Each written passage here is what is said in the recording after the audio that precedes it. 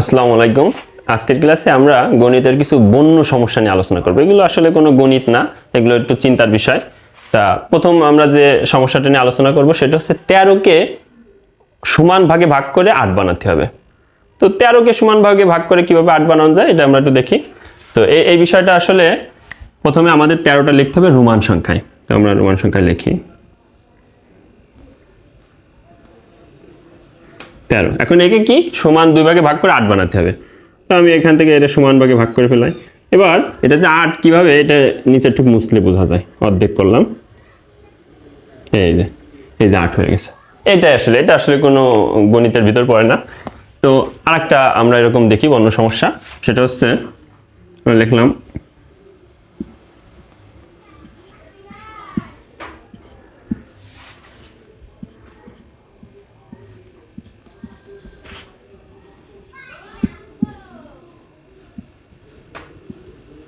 আচ্ছা O T T F F S S এর পরবর্তী সংখ্যাটা কি হবে?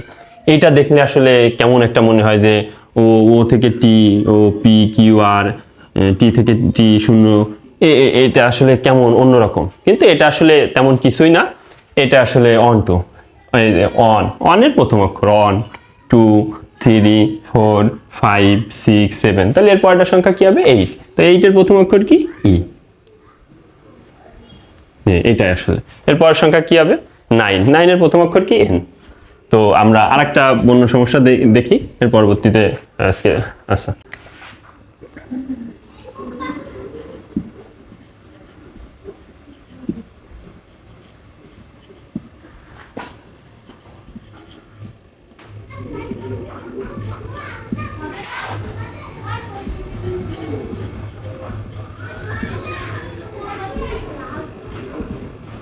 আচ্ছা তাহলে এর পরবর্তী সংখ্যাটা আসলে কি হবে?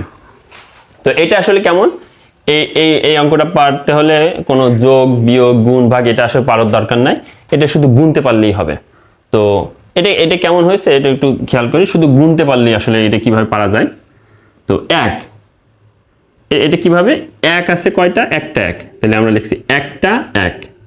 এবার কয়টা 1? দুইটা 1। এর পরবর্তীতে 2 কয়টা? একটা 2। 1 কয়টা? একটা 1। আবার প্রথমে 1 কয়টা? একটা 1। 2 কয়টা? একটা, তাহলে একটা 2। 1 কয়টা? দুইটা 1। তাহলে এর পরবর্তী সংখ্যাটা আসলে কি হবে? প্রথমে সারিতে কয়টা 1 আছে? 3টা, তাহলে আমরা লিখবো 3টা 1। 2 কয়টা? দুইটো, তাহলে 2টা 2। 1 কয়টা? একটা 1। তো এর পরবর্তী সংখ্যাটা কি হবে আপনারা কমেন্টস করে জানান। আজ এ পর্যন্তই। আসসালামু আলাইকুম।